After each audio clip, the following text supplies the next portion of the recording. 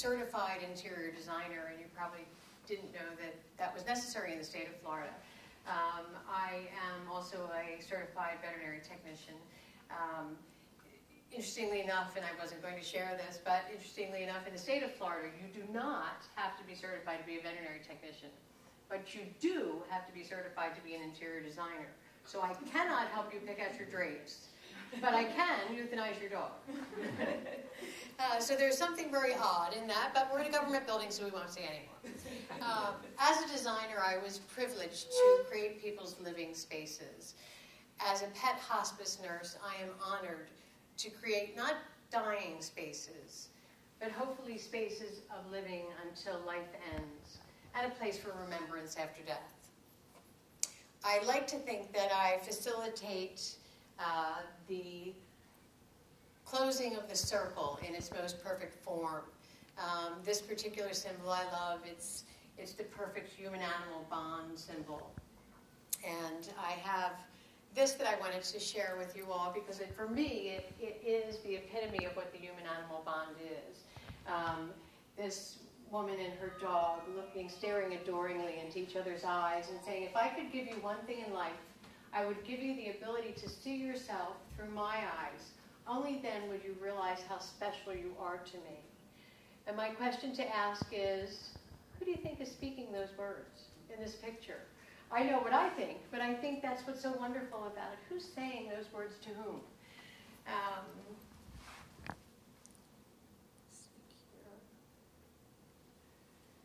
Loving and caring completely through to the end of life, to death and beyond.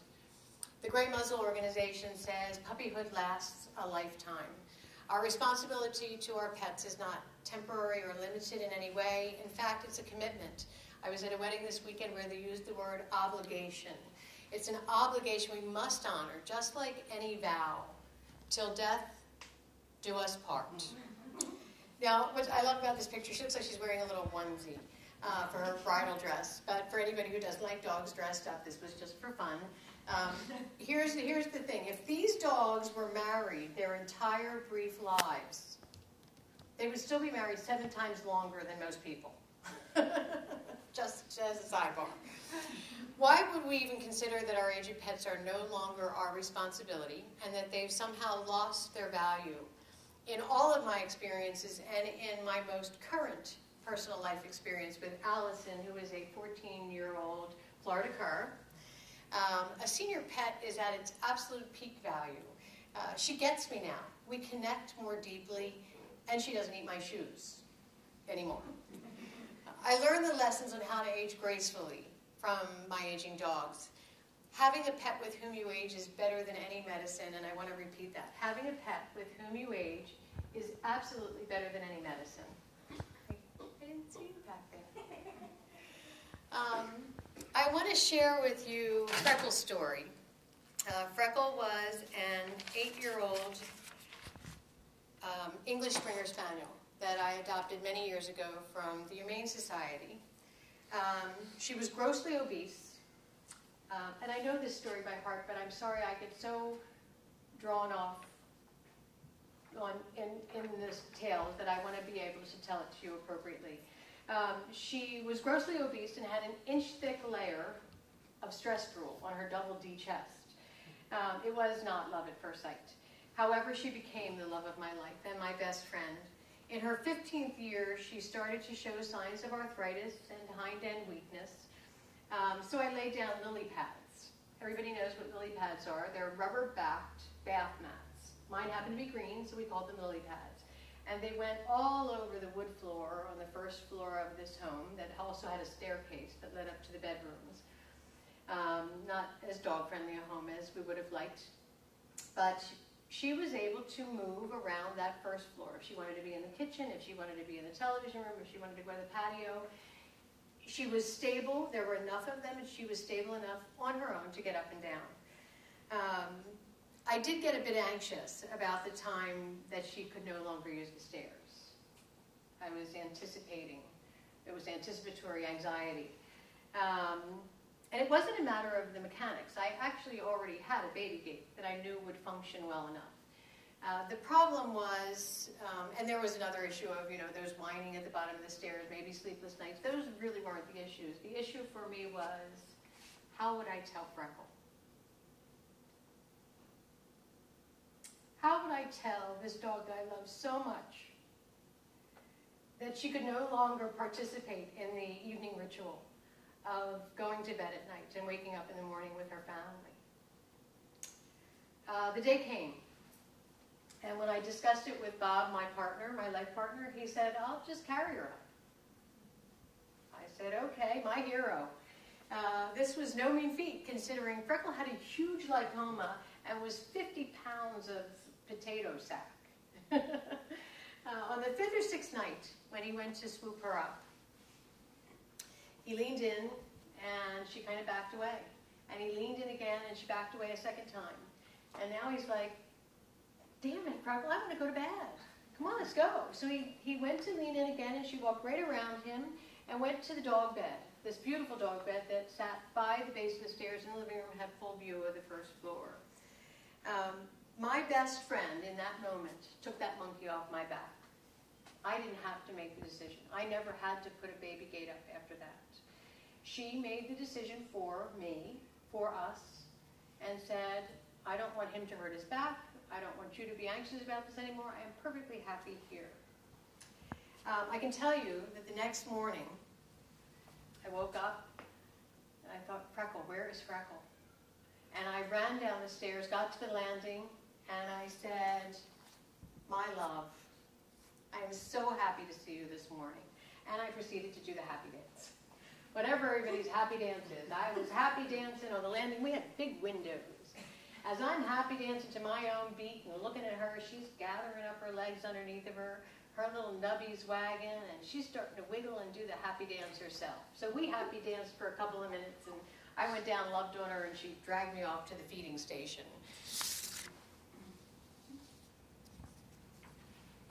Freckle went down one day. Front legs gave out after having to struggle with her hind end. And it was an inflammation of an arthritis starting to settle into her elbows. I took her to my veterinarian, who I have known and loved and adored for many, many years. And she said, you told me that when this happens, this is the time to say goodbye. I said, you know what? I know I said that, and I'm going to renege on it, because I can tell you right now it's not time. I know in my heart, in my soul, and I know for her it is not time. I said, what are our alternatives? Lucky for me, her husband, also a veterinarian, is an acupuncturist. And she called Dave in, Dr. Dave Ball, and Dave said, sure, we can try. Leave her with me for 2 hours, and we'll see what we can do. For 4.5 months, Freckle had acupuncture twice a week. We lived, we laughed, we cried, and we happy danced every morning for 4.5 months. And I can tell you that 4.5 months gave me the opportunity to wrap my head around the fact that my buddy wasn't going to be with me much longer. It gave Freckle 4.5 months of really great quality of life. Like I said, we happy danced every morning. What more could you ask for? This is Freckle. And she was 16 when she died naturally. And very, very quickly. It was like watching a candle be snuffed out. We were out taking our little stroll around our cul-de-sac, and she fell over and died. This is Freckle again. After a bath, having a bad hair moment, because she obviously took a nap. And this is Freckle again. Freckle didn't understand the concept of Christmas. She thought the gift wrap was what the gift was all about. So after 2 hours of unwrapping presents, I would always wrap a little tiny thing in this huge amount of gift wrap. She would be surrounded by the wrapping paper, and Allison would have all the toys and treats off in her surroundings. But I will tell you that Freckle's life and her death continue to inspire me. Here's a quote by Emile Zola that I feel embodies my dedication.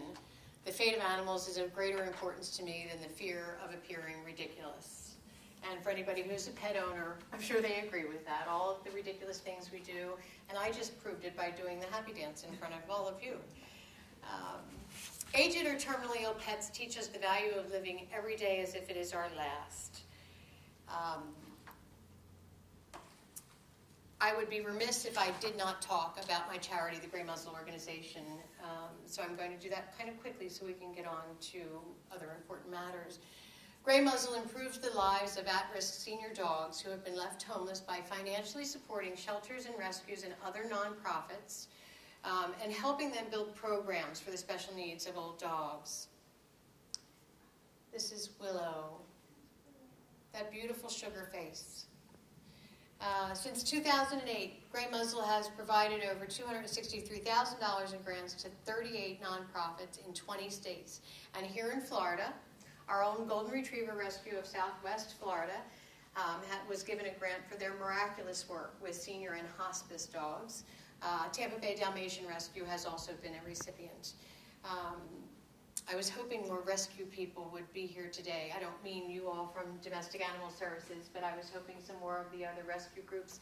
I don't know that everyone is as well educated about what we do at Gray Muzzle, that we are in fact a grant organization. We're here to give you money if you will put the programs into place. There are currently 70 volunteers around the country, and I'm always needing help here in Collier County, so if anyone particularly has a fondness for old dogs, please come and talk to me. Besides a bed fund that has donated over $10,000 in orthopedic beds to various organizations, including DAS, our own DAS, and most recently Closed in Animal Control, we support the following programs. And I won't read through these, but I will tell you that it's pretty self-explanatory. There's a lot of good work that is being done, and education, awareness, and advocacy is what I practice and preach when I do public events locally. We believe that old dogs contribute positively to our quality of life and have much to teach us about patience, respect, responsibility, and loyalty, attributes that are in short supply these days. Joy, love, and devotion are also in short supply in our world, and our dogs are an unrivaled reminder of these qualities, even in memory.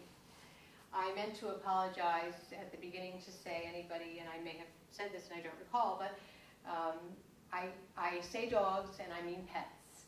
I happen to be own dogs, and but I mean all of the same information for all of the cat people. Some of my best friends are cats. As a culture, most Americans shy away from death because we can't control or conquer it. We try to ignore the poignancy of sweetly graying muzzles, slowed gaits, and weakened bladders. There will most certainly come a day when we will have to shepherd them from this world into the next. Just maybe one vision of dog heaven. Death is a natural part of the life cycle. The perfect circle, I mentioned earlier, something that if accepted can be a spiritual, peaceful, and gratifying time for the patient and the family members. When you bring a pet into your home, some powerful realities come along with him. Most likely, he will not outlive you, nor will he be able to tell you his wishes for the future or his precise nature of his suffering. Your pet may die naturally of old age, but it's more probable, actually 90% more probable, that you'll have to decide when it's time. People often say to me, oh, I'll know when it's time. She'll tell me when it's time. It's not a big deal. He'll tell me when it's time. I believe that that telling requires an acute awareness, an awareness that can be absolutely lost by smothering anticipatory grief. I believe in advocacy, an advocacy that promotes responsibility for our pets when they need us the most. One of the most critical decisions an animal lover will ever have to make is the one that causes the most pain, grief, guilt, and regret, and it's when to let go. Advocating for your pet in death can help build a foundation of what can be called tolerable and appropriate grief, a grief that is natural and even healing.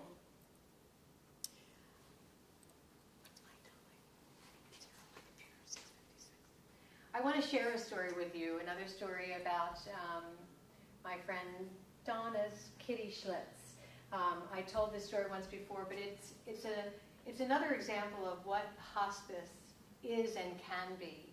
And Donna, I didn't know Schlitz very well because Schlitz was kind of always under the bed when I was around Donna's house. And And she did call me one day and she said, with tears, would you help me to put Schlitz to sleep? She had been really sick. And I said, absolutely, I'll go with you. She said, no, I want you to go to do it yourself.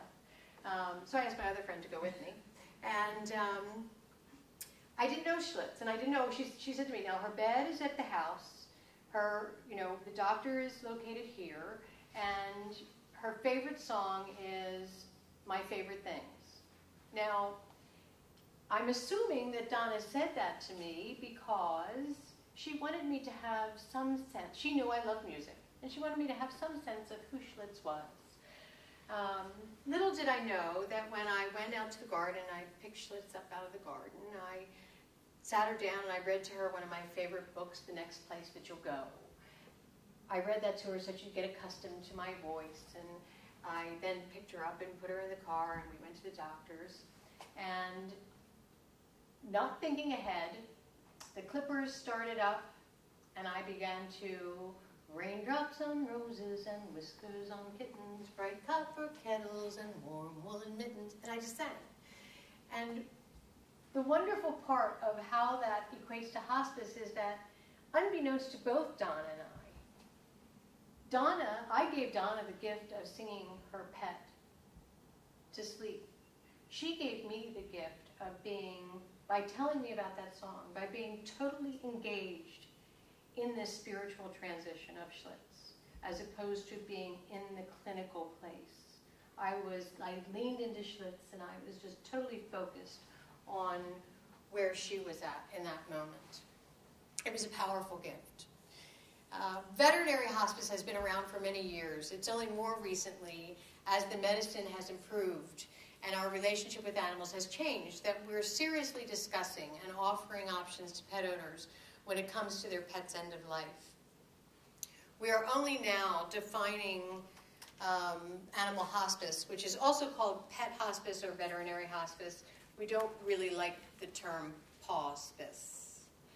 You may come across that as well. It's a little too euphemistic.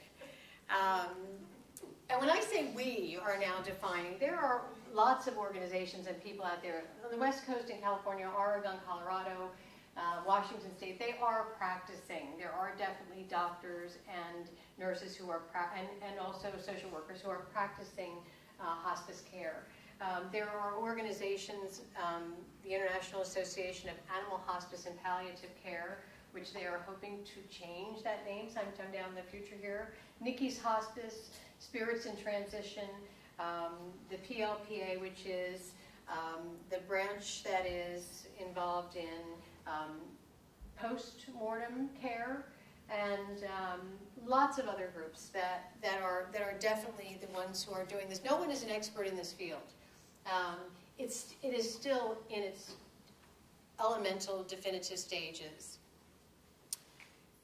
Euthanasia is an emotionally, although very much needed. So I will say that we were at the beginning, but we'd like to see this grow rapidly.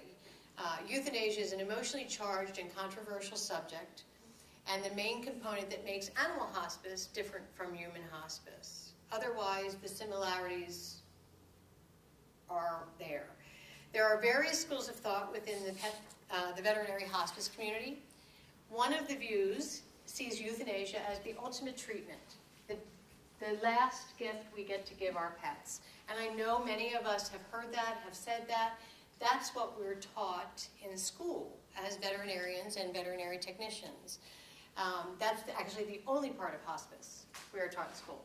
Tell them, comfort them by saying it is the last gift you can give your pet. There are currently, I believe, only 4 schools who are trying to mainstream hospice as a part of the main curriculum, not as an elective. And we hope that's going to change too. Some of these major organizations are hoping to make that change as well. The other end of the spectrum is that death should occur naturally. I don't take sides. The main point is, there are options, and speaking to you as pet owners, you as the pet owners should have those and all the options in between available to you. You and your hospice team should create a plan based on your pet's condition, as well as your spiritual beliefs, not to mention the unmentionables, the practical considerations of financial and time constraints. Not many people are going to talk about that. Veterinary hospice care addresses the needs of people who wish to care for their terminally ill and dying animals in the comfort of their own homes, under the guidance and assistance of veterinarians and a professional, qualified team of caregivers. I'll show you who those people are. It gives families the opportunity to make their own choices about euthanasia. It allows them to spend quality time with their animals, and it reinforces the human-animal bond that is a vital part of our life story. I don't know how many of you are familiar with this picture. I'm sure most of you. This is John and Shep.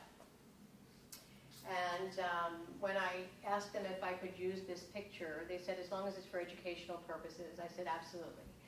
And Shep is a 15-year-old mixed breed who has severe arthritis. And John takes him into Lake Superior as often as he can. And as you can see, he floats. He allows him to just float. And there's a YouTube video of this that you hear John whispering, "Oh, here comes another swale." And he gets so excited because that allows Shep's body to just be moved in such a gentle fashion. And he does fall asleep in John's arms whenever he goes out there. It truly is another one of these images. This is what hospice can be. Oops, go back there. Hospice places guardians at the forefront of the decision-making process and empowers them, you, to determine when and how their animals will die. The two most important aspects of hospice care are first, pain evaluation and management, relieving any discomfort in the pet. Reading pain can be difficult, hence the reason that you need a professional to help in that. I can't tell you the amount of times that I have had people that I've been working with, families I've been working with, and the husband will say, well, he didn't seem painful. I just took him out last week, or 4 days ago, and we had a nice 2-mile walk. And the wife will look at him and go, that dog has not been out for a 2-mile walk in a month. So the reality is, and I'll talk about this later too, is a quality of life scale. But it's imperative to know that hospice is about pain relief, reading that pain, understanding what's going on. Second is palliative care, which improves the quality of life of patients and families through the prevention and relief of suffering by treating the symptoms. So palliation is the treatment of the symptoms. I want to share with you, I will tell you that I'm playing with this now because today I was aware of all the additional information I wanted to share with you all. When we talk about pain versus suffering, pain and suffering are not the same. Pain is a part of suffering, but suffering in a kind of broad definition is the diminishment of character, the diminishment of behaviors, the diminishment of, he used to love to take a ride or a walk, and he doesn't do that anymore. He used to always interact with other people, his housemates, he doesn't do that anymore. When we talk about pain, there are places, there's a place called the Downing Center. I got to meet Dr. Downing, absolutely amazing. The International Veterinary Academy of Pain Management. Colorado State University is doing pain scales. So there is lots of information, lots of resources out there for your doctors, your nurses, for yourselves to look at and get a better understanding of what pain is all about. Palliation is medical comfort care, non-curative medical comfort care. Pain management, infection control, that's antibiotics, nutritional support, non-curative surgical procedures to make any condition less severe or intense through traditional medicine or complementary therapies, etc., and basically the improvement of quality of life. This is moving from cure to care. Hospice, as defined by human hospice, is limited life prognosis of 6 months or less. My business is titled Comfort Care because I truly do believe that this is something we need to start looking at and talking about before that time. preferably when a pet reaches his senior age, and that will use an average of 8 years old. But your veterinarian and you, depending on the dog's pet's breed and size, can tell you when they believe your pet has reached senior age, or when an animal is given a life-limiting diagnosis. Comfort care at this stage can be all that hospice is and will be, with the intention of educating the family, supporting them in their anticipatory grief, and most importantly, offering the best quality of life for the patient for as long as is possible. I met Gracie, a red Doberman mix, just before Christmas 2011. Gracie's mom called me through Gray Muzzle, said, "Do you know anybody who can pet sit for me over the Christmas holidays for my 14-year-old hospice dog?" And those were her words, not mine. She, in fact, is a hospice social worker. And I said, absolutely, I can do that for you. And I met with her 2 hours. I sat on the floor with Grace in that 2-hour time period we talked. And I can tell you that within minutes of being there, I was aware that Grace was really ill. And she was dying. Not actively dying in that moment, but she was definitely dying.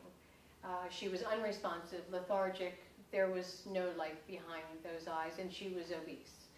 Her owner, as we continued to talk, I became extremely aware that she was very anxious, really fatigued. She was ready to hand over her caregiver duties to someone temporarily. And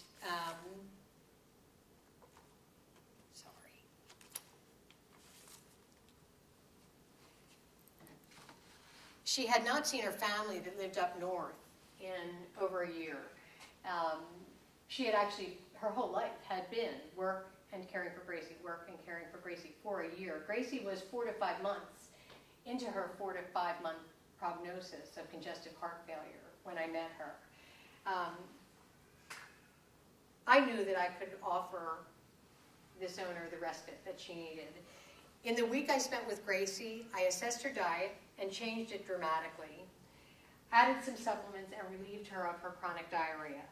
I also helped her during a time period to find a regular veterinarian. And I know that sounds crazy, the dog had been diagnosed. She had a cardiologist. What she didn't have was a regular veterinarian. She was vet hopping, as we call it. If the veterinarian didn't give her the antibiotics that she wanted, she would vet hop to the next veterinarian. And lots of people do that.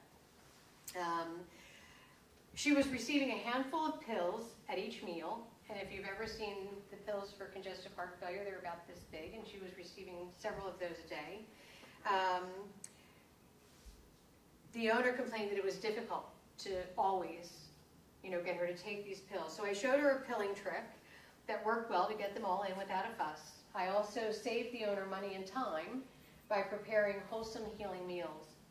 Over the next year, and yes, it was a whole year, Gracie's owner trusted me enough to pet sit a few more times, giving her respite and a better relationship with her dog by being able to go away and come back happier, better focused, a different perspective. Gracie was doing so well that she was able to get back to her daily evening walks with the neighborhood dogs. There was even some time at the dog beach and the dog park, and a picture with Santa that I took her. Golden Fest was doing pictures with Santa this past Christmas, and I took Grace in. It was between Thanksgiving and Christmas. I took her in and had her picture taken with Santa. She had never had that done. Her owner was thrilled to see those pictures. Sadly, on another pet sitting date, which was this past Christmas, Gracie got sick. I immediately recognized the symptoms of bloat. I knew that she would have to be euthanized. So I raced her into the specialty hospital where I knew they'd have her records. I had her medical power of attorney with me. I had her living will with me, all signed and dated appropriately. So it had been a whole year later. Gracie died in my arms Christmas Eve evening, actually 2012. But it was a year later, after our first meeting. Her owner's one request was that Gracie not die without her there. From the very first time I met her, she said, she cannot die if I'm not here. Now, she was in Massachusetts all this time, and other times took trips more locally. But, of course, I couldn't guarantee that, that any time over the year, that she might die with her not being there. That took some coaching. I will tell you that when she died in my arms, her mommy was on the speaker of my cell phone, being able to tell her how much she loved her. Once the body was prepared for viewing, I made certain that she had a lovely little viewing at the Pete's funeral home. I made certain that she looked peaceful. I arrived prior to the owner coming, and I made sure that she did look peaceful. Her lip was stuck up a little. We made sure their tongue was in and her lip was down. And I wanted to make sure she had her charm around her neck, a charm that I had left for her owner, that is a pair of charms. The animal has one, the owner has the other. I was glad I went because it wasn't there on her neck.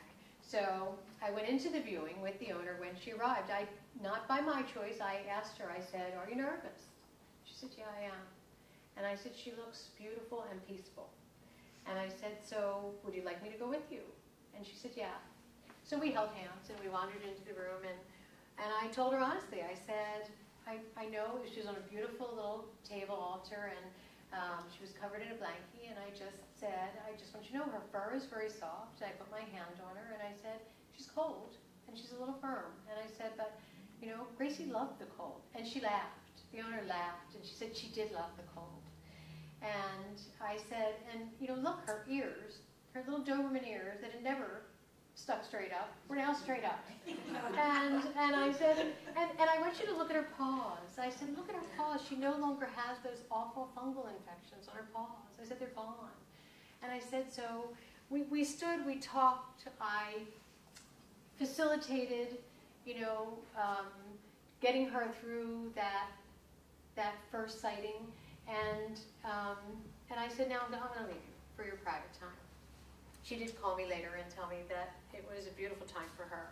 And prior to leaving Gracie's home, before her owner arrived home, I left an altar there. She had multiple sofa tables. So I cleared a sofa table as best I could. Remember, I'm a designer, so I'm allowed to do this.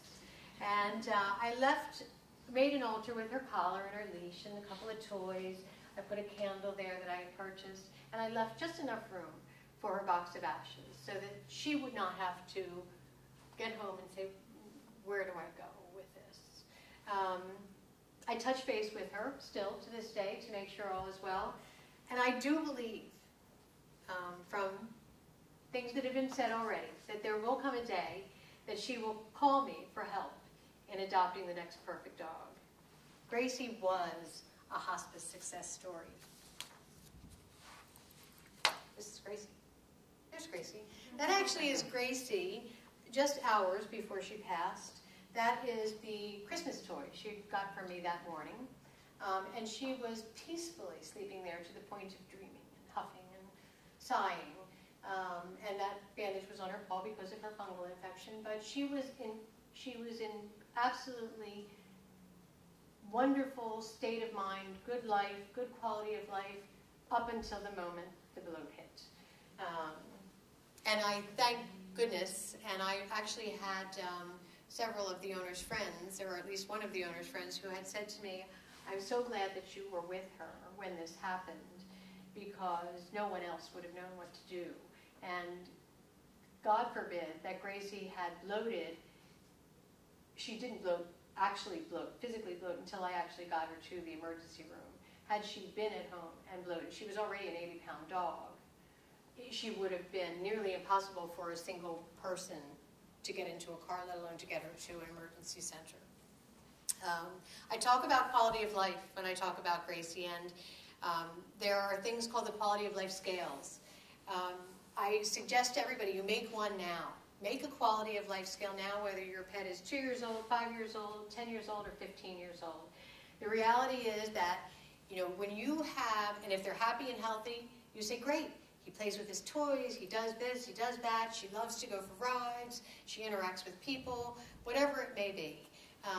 She can still clean herself. When we're talking about cats, she still purrs when I love on her. When you have that baseline at any point in life, and you kind of go in and relook at it, recheck it every year, maybe before that annual physical, you already have that baseline in black and white. It's non-refutable, quantitative information. This goes back to what I was talking about, the husband and the wife. You know, no, he was just out for a walk last week. We went 2 miles. She says, no, it was a month ago. Or, you know, the son and daughter, you know, who's the brothers who say, no, he was really good. He was playing with us when we were out in the yard the other day.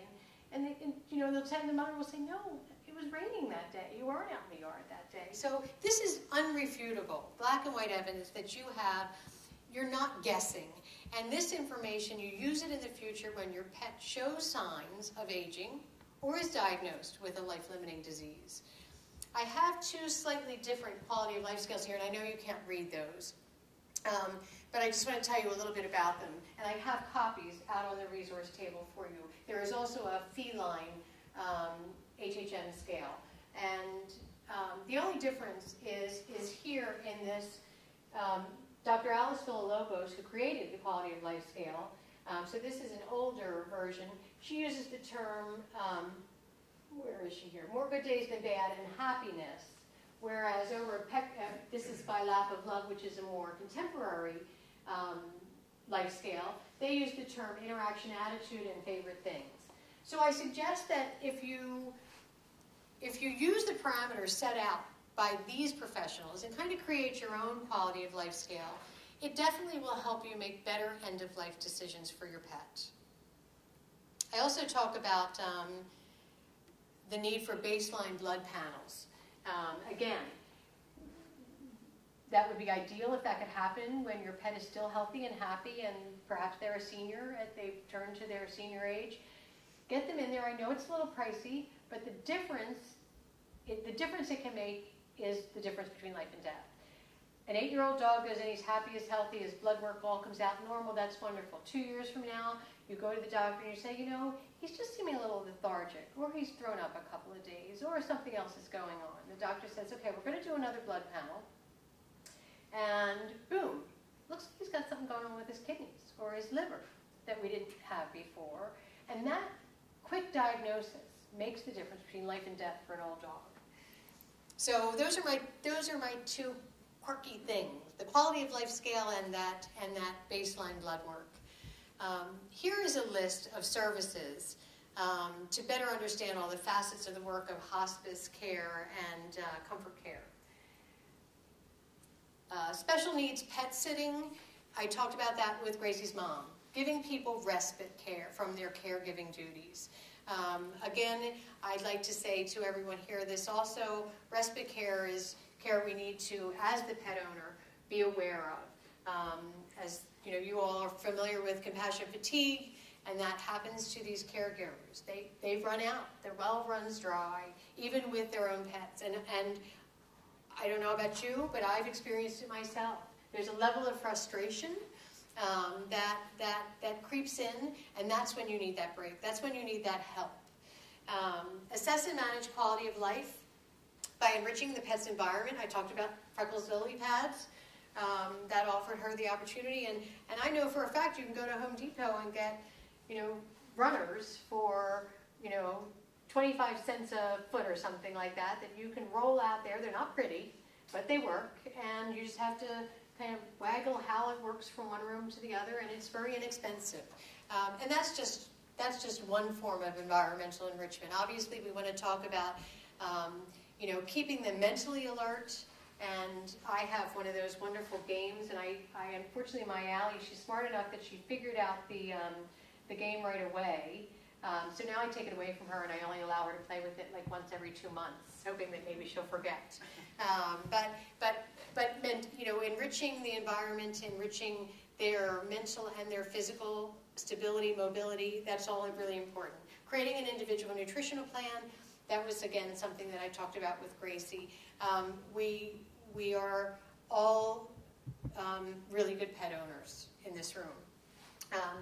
The reality is, though, that even the level of nutrition has changed, the level of the quality of our diets and the complexity of the diets has changed dramatically. Having someone who is a professional who can help steer you to say, in this particular case, because of kidney disease, you know, we all run to the veterinarian and they give us KD diet, or they give us DD diet, or LD diet, or whatever these diets are.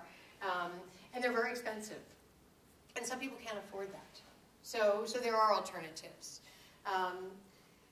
Acting as liaison to your veterinarian is something that we're not coming into this and saying we're negating your veterinarian. They're at the top of the pyramid. We want them engaged and involved completely, because our hope would be that if we choose euthanasia, or when we choose euthanasia, and you'd like it to be in-home euthanasia, that we've got our veterinarian on board for that.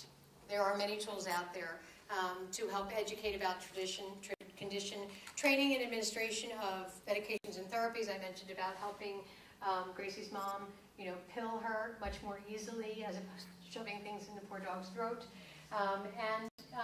Simple things for me, like fluid administration. When you're doing fluid therapy, the simplest act of where do we do it? Where's the most comfortable place for everyone? The pet, as well as the caregiver. Where's the most comfortable place in the house to do that? And I have an eye to be able to walk in and say, you know, if you're comfortable with this, right there on the kitchen bar, off to the side, we can hang the fluid up here on the handle of the cabinet, or it might be best if we do it over here. Those are just, again, some examples. This is the part I wanted to get to with you all. Coordinate a team of caregivers with advanced directives, living will, and pre-planning. Pre-planning is something that you can talk to Brian Laurent at Pets at Peace at any point in time, preferably as the pet is older, or when it is diagnosed with that terminal illness. You can get all the business stuff out of the way. All that information about, do you want a cremation? Do you want a burial? Do you want an individual cremation? Do you want communal cremation? You know, here's how much it's going to cost. All of that can be signed off and done ahead of time, so that you're not left making those kinds of awful business decisions when your mind is not in that place and your heart is not in that place. This particular directives in living will, I mentioned to you that, you know, as a pet sitter and someone who I have liability insurance, I also have always up-to-date signed medical directives, living wills, and power of attorney with me, so that I am able to, at any point in time, throw that at whoever may need that information. So I don't want any kind of pain or suffering happening that I don't have some control over. This particular list of people is from a group called, it's out of Brighthaven Hospice Sanctuary in California. They do amazing work. They have actually been able to, as a sanctuary with volunteers and all of these wonderful practitioners, they've been able to flip-flop the 90% euthanasia, 10% natural dying the other direction. So they have 10% euthanasia for those cases like seizure dogs or pain breakthrough diseases, and 90% of their animals die naturally. Helped and transitioned to that point and through that point by this team of caregivers. You see the list of the different veterinarians. They rely heavily on their homeopath in transitional time. I do have a homeopath that I work with. Her brochure is on the table. The veterinary nurse, that's me. Acupuncture, as I mentioned, I'm a firm believer in acupuncture for humans and animals. I even talk to my acupuncturist who does do in-home calls. And she's so gentle. I've never seen anyone who is just so compassionate and knowledgeable and so gentle. I said to her, I said, do you do human acupuncture? She said, I do actually have sometimes people who will ask if I will do acupuncture on them while I'm here because my neck is really bothering me from lifting him or her or whatever. And she said, I can't really do that, but I will do it for friends and clients. With any of my practitioners, that's the first thing I asked them was, are you comfortable with doing your healing work on the humans as well as on the animal? And the Reiki healer, the homeopath all said yes. You know, and I loved that about them. I immediately took them into my community because I knew that they would be there not only for that pet, but that they could help that family as well in this very difficult time. Ayurveda is one of the oldest forms of medicine. It's Indian medicine. Flower essences, I do practice with the flower essences myself. I am studying more about herbal medicine, veterinary chiropractic. We don't have this collective group of people here in Florida, let alone here in Naples. I would hope that we could watch this build as veterinary hospice becomes something that's really out there. But you see the additional support team members. Your pet sitter and your groomer can be really important people in early diagnosis. They're the ones who are going to feel those lumps and bumps and the icky skin and, you know, checking between the paws and in the ears. Family, friends, neighbors, church or religious groups, spiritual and grief counselors, Avow Hospice, Avow Cares as it's now called. I noticed that you do have their brochures out on the counter. They have group as well as individual pet bereavement counseling and pet loss services. We do a Rainbow Day twice a year, which is really wonderful. And we have the blessing of the animals at the Feast of St. Francis as well. Assisting in the creation of a ceremony honoring the companion. People may choose to memorialize at that moment, may have just an altar. I light a candle to this day for Junior. And he died in September of last year. But every day I light that candle and every night I blow it out to say goodnight.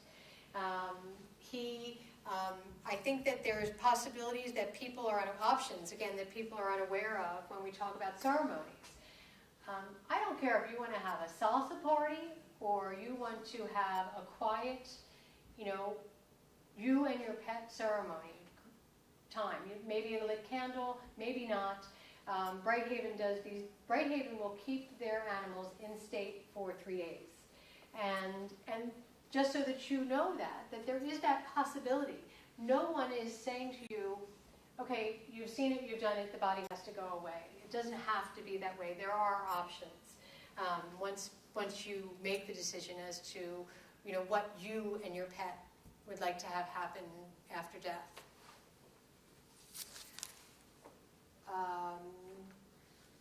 Providing referrals to qualified professionals and community support services, again, have lots of that out there on the table, on the resource table. And resources, recommending resources, I've got millions of resource materials that I am willing to share.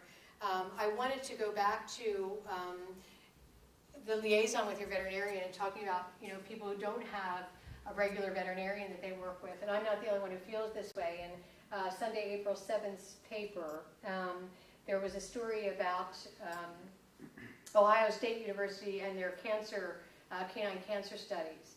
And I'm going to quote a doctor, Dr. Thompson, who says, one of the best ways as a veterinarian to be able to know what is not normal is to have a long-standing relationship with a pet so that abnormal is more easily determined. And I will tell you that in terms of the other shocking thing for me in this article was that another veterinarian who is one of the associate professors who's doing these trial studies says that in dogs, about 50% of dogs that live until 10 years of age will develop some form of cancer. 50% of all dogs that reach 10 years of age will develop some form of cancer. So if we don't need hospice, now when do we?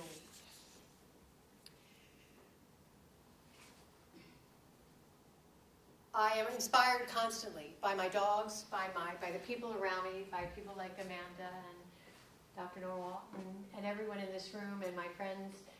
Like I said, all of my dogs, I find inspiration for design as well as the hospice care in everything. This was a saying I actually picked up on a beautiful plaque at Home Goods. You know, I said, I think there's a lot of these Buddhist monks who work for Bed Bath & Beyond, Target, Kmart, whoever has all these wonderful sayings. I was in Office Depot actually recently. They've got fabulous plaques with work sayings, business sayings on them. They're very inspirational.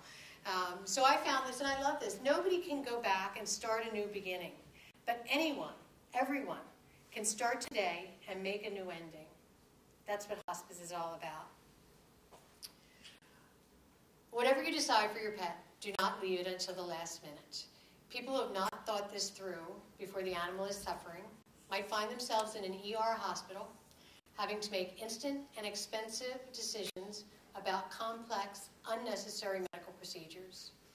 Not to mention a less than kindly end of life in a sterile environment surrounded by strangers.